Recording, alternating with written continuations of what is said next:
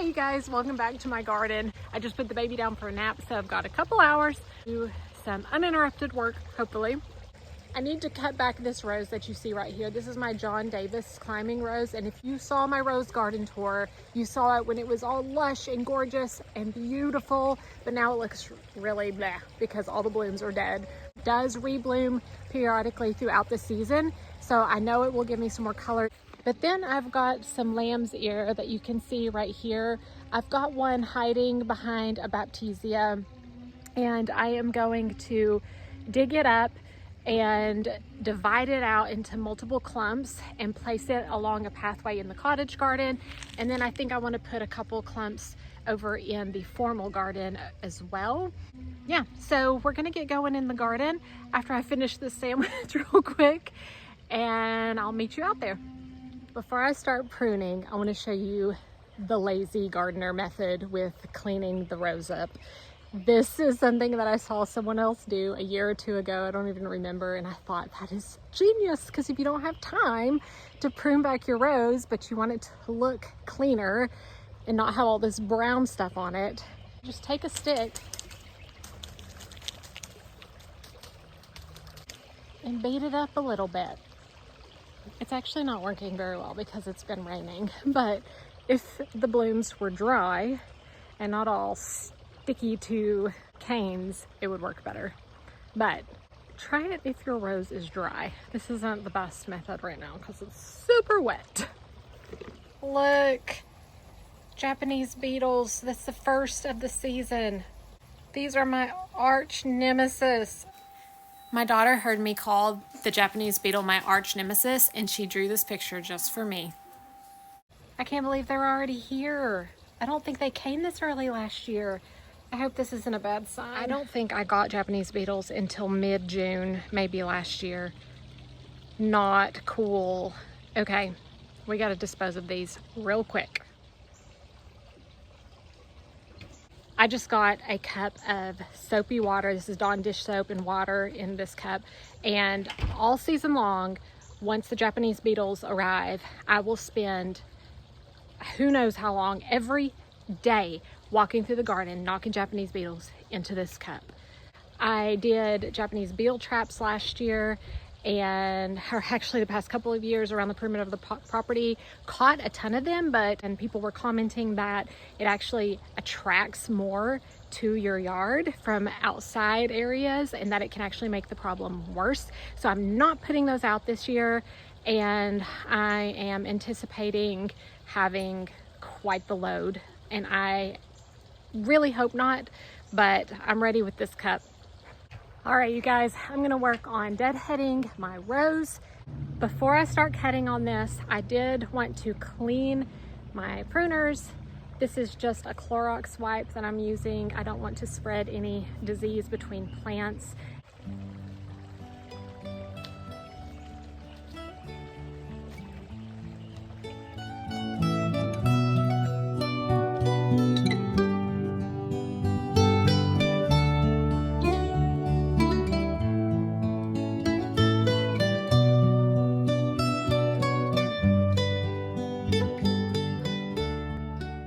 So apparently this is turning into a pest discovery video. I just stepped on a huge anthill while trimming back my roses.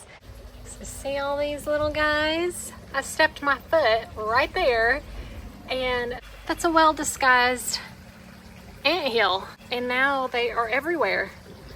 So I don't like using chemicals in my garden if I can help it, especially having dogs and cats and babies running around. So I have got I feel like I got an ant crawling up my arm. I might, hang on. Okay, I think I'm okay. I don't like using chemicals in my garden, especially having dogs and cats, babies running around, and I don't want to get bit, and I don't want my babies to get bit. So we have a mixture of powdered sugar and baking soda. I am gonna sprinkle on this anthill and see if I can eradicate them that way. Yeah, let's see if this works. The ants are literally everywhere, so anytime I get close to this, they start crawling all over my feet. So I'm gonna do this best I can. I'm going to sprinkle this on And then hopefully they eat it because of the powdered sugar, because that ain't cool. Sadie, you better move. They're gonna get you. I just came out here to check on the anthill. It's been a couple days. I don't think my baking soda and powdered sugar worked. I honestly cannot do any more pruning on this rose right now because the ants are exactly where I need to be. So we're gonna move on and go dig up this Helen Von Stein lamb's ear. I'm gonna divide it up, show you how I do that, and then go plant it out. Don't you love when you have plans in the garden and things just don't work out the way you want them to? But that's okay. We will just roll with the punches, pivot, and start working here. This is it right here, guys. Look at that baby. It is so into the Baptisia.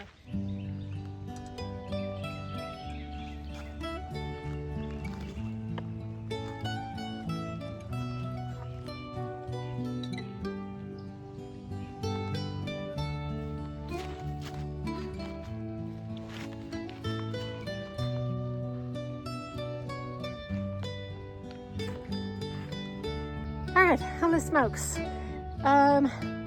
These plants are like bosom buddies. They are intertwined, and I don't want to damage my Baptisia. But look at this. All right. There's my Baptisia stems going up. This is part of my lamb's ear. I've got it all through here, and it's like intertwining with the Baptisia, and I don't want to damage it, so I gotta do some finagling.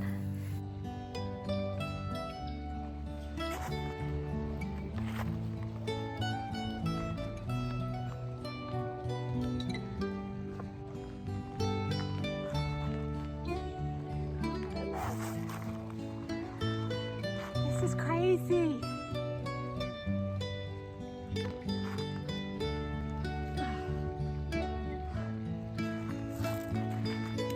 I got it. I really got it. Oh my goodness. I'm questioning my decision to move that. I've got some insanely thick giant roots under here, and I don't think they belonged to the lamb's ear. I think they belong to my Baptisia. And if I just damage my Baptisia, I'm gonna be really sad. Wow, that was a lot of work. But let me show you these roots. Tell me, do you think these are the Baptisia roots, or do these belong to the Helen Von Stein lamb's ear? Whew. All right, look at this.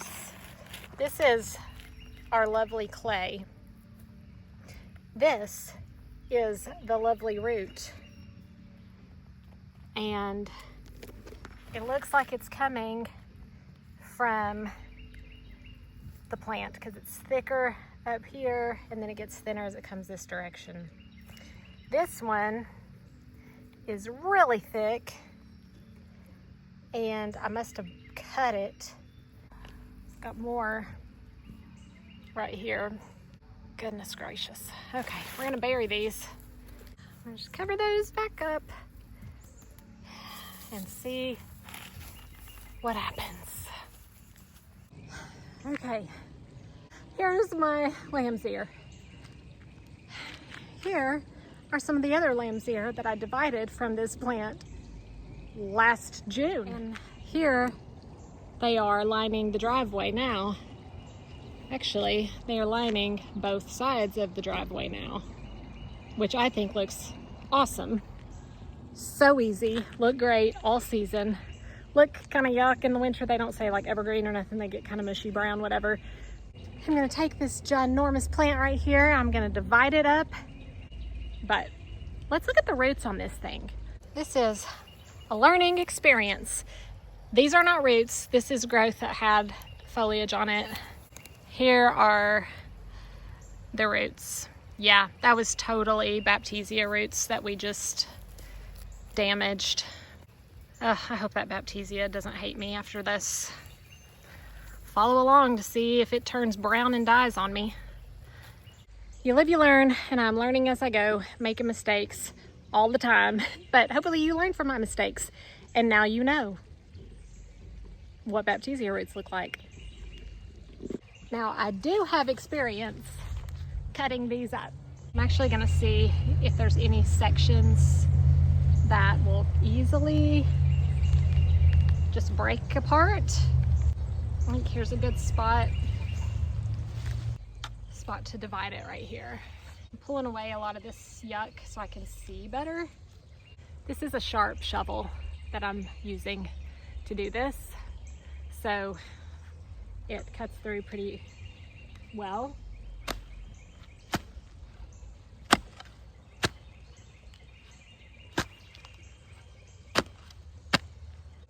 All right, you see those roots right there? I can literally plant this out and it's gonna turn into a huge clump eventually, but that's one division right there. I am dealing with weed barrier being stuck all in the roots. This is why they say not to use weed barrier and to do the cardboard method instead, or just deep mulch, because eventually you deal with stuff like this, because this will never disintegrate, this will never break down in the flower bed. And I started the majority of my beds using this stuff. Not the best in the long run. It works great when you need it to, because it really does prevent the weeds, but long-term soil health, not ideal. So the next bed I make will be done with the cardboard method. So I'm learning my lessons there. I didn't do anything in the formal garden because we tilled all of that up really good. Just have deep mulch, and I have to pull weeds occasionally, but not anything crazy. I want to be able to work the soil, and I want my soil to be healthy, because healthy soil means healthy plants. The healthier the soil is, the healthier my plants are, the less I have to worry about disease and all the things. So let's keep dividing this. That's my rant on that.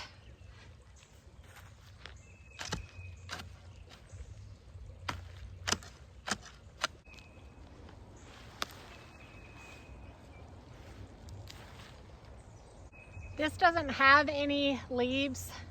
I don't think it's dead. I think if I planted this, it's gonna end up growing up and being fine. I'm probably gonna just stick this in like a old flower pot or something. But I've got another one right here that I can plant out. I've got a nice big clump right here, but I'm gonna actually break it into two separate clumps. Could probably divide it further. Actually, there's like a tiny one right there. That's got a little bit of root. What is that?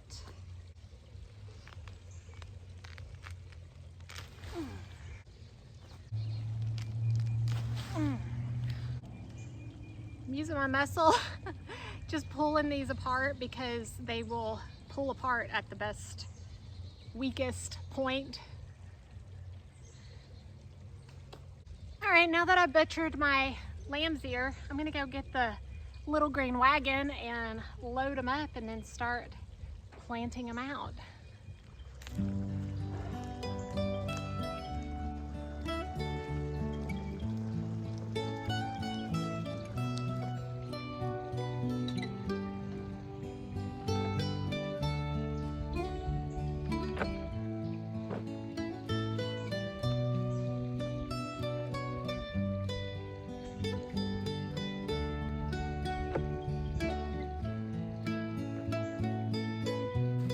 All right, I got 12 plants out of the one.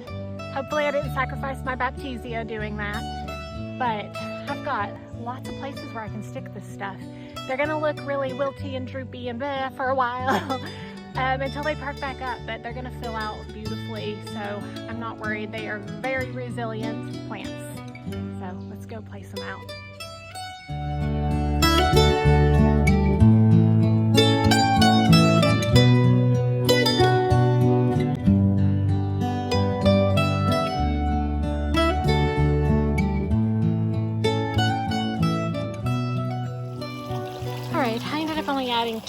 more to the bed, but I put one right here. I ended up taking off all of the mature leaves off of the plant and just left the very new growth, because I think that will allow the roots to establish better and not have to work so hard to keep the other foliage alive. So I did that here. And then this one I did similar. So this is the back side of the cottage garden. We worked back here just about a week ago, a few days ago together, if you saw that video. But I've got all this lambs here, and I thought it'd be really pretty to dot it throughout this pathway, and that'll help cut back on the weeds. It'll also offer that silvery blue, soft, fuzzy texture that the lamb's ear has. So I think that'll help brighten things up back here as well. So I think it's just gonna be dual purpose and a really good place to put some of this.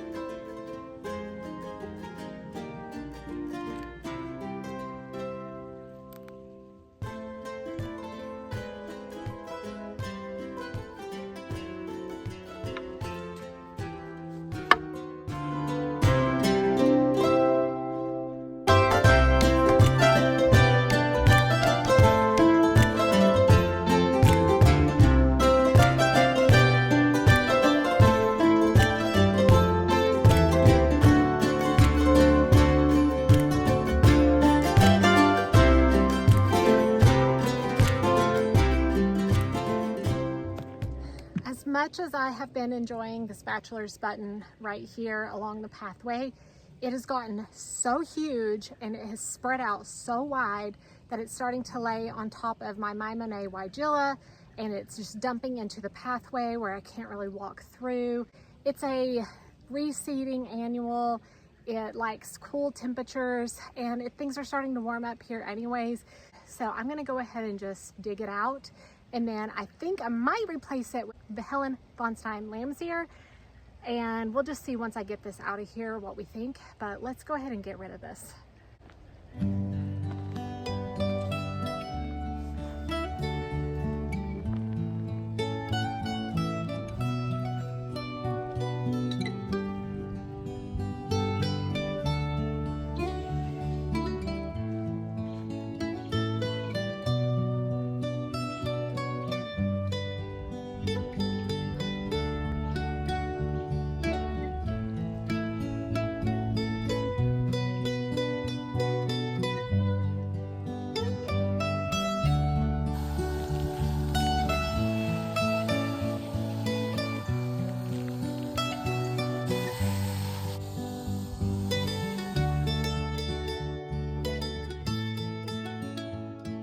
Okay, I just finished planting out the last of the lamb's ear. I ended up using all of them, but the two or three I didn't use barely had any roots on them at all. So I might just pot those up and save them for somewhere else. As I was planting these out, I'm pretty sure I'm guilty of planting these too close to some other things that are in the garden already, but it keeps the gardens looking really pretty. So maybe it's causing me a lot of work in the long run, but my gardens are still very new. They're only 4 years old. So I feel like to get the fullness that we have here, you got to plant the stuff really close together, and then it might turn out to be survival of the fittest, unless it's swallowing something that I really prize. And actually the bachelor buttons were getting really close to my little lime punch hydrangea. Let me show you.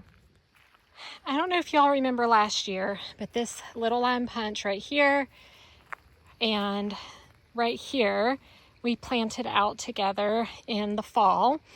And I want these to get really big and fill out this space. So I don't want anything that's going to prevent them from growing.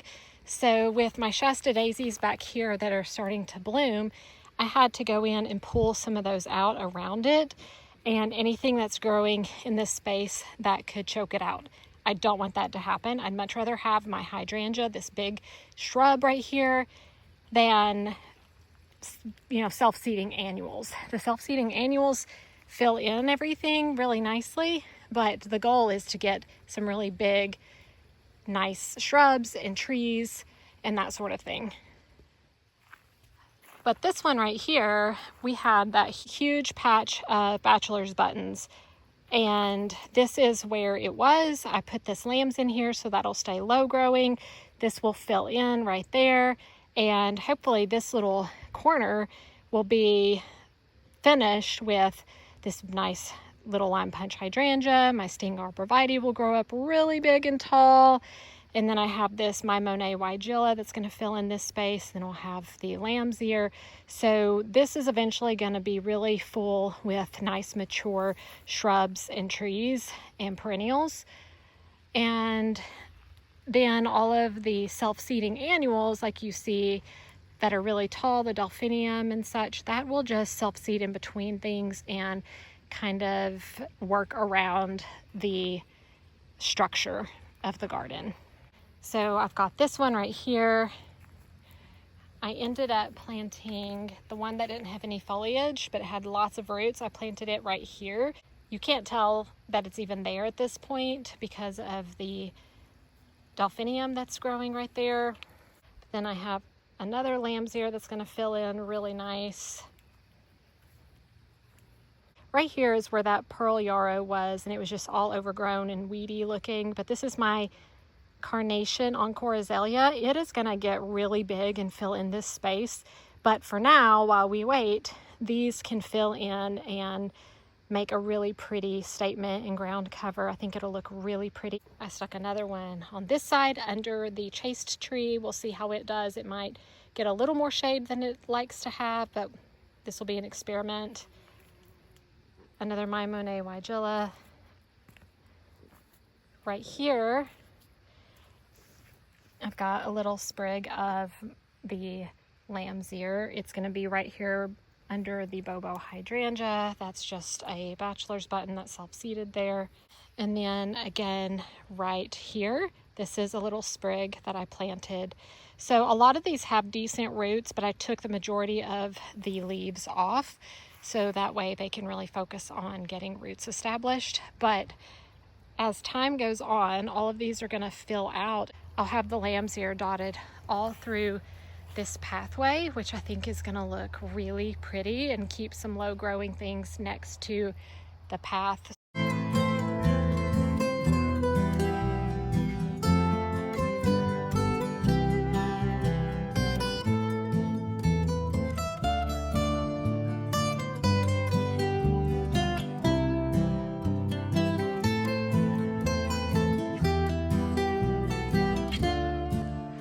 All right, you guys, thank you so much for joining me today in the garden. It was a hot one. It is so humid. Even though the sun was in for the majority of the day, it is just humid.